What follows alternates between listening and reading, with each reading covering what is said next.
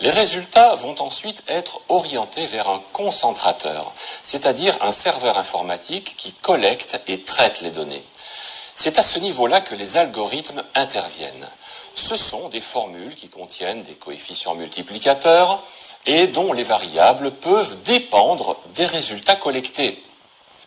Donc, les calculs de la fraude se moduleront en fonction du nombre de votes pour l'un et pour l'autre des candidats. Si un candidat a été choisi pour gagner l'élection et si son adversaire a fait plus de voix, un transfert de voix se fera automatiquement avec une importance qui dépendra directement de la différence constatée entre les deux candidats.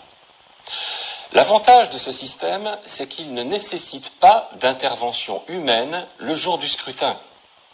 Le robot informatique va donc donner des résultats erronés à l'échelon local. Mais ça n'a pas d'importance, la fraude aura lieu en aval.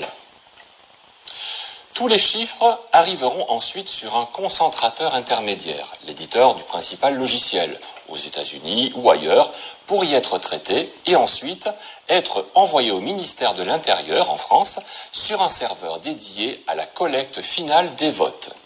Et à ce niveau-là, tout est encore possible.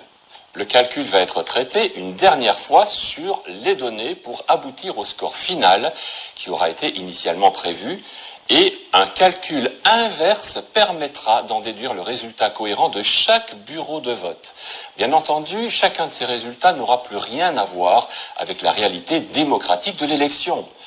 Vous l'avez compris, avec une telle opacité, dans le monde informatique du scrutin, il n'y a rien de plus facile que de frauder quand on est au pouvoir. Il suffit de donner les bonnes clés et les bons moyens aux bonnes personnes pour obtenir un résultat à la carte.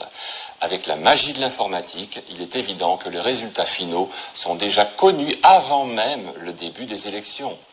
Et vous aurez pourtant des résultats qui sembleront en adéquation à tous les bureaux de vote, puisque l'addition finale donnera de façon cohérente 58 et 42%.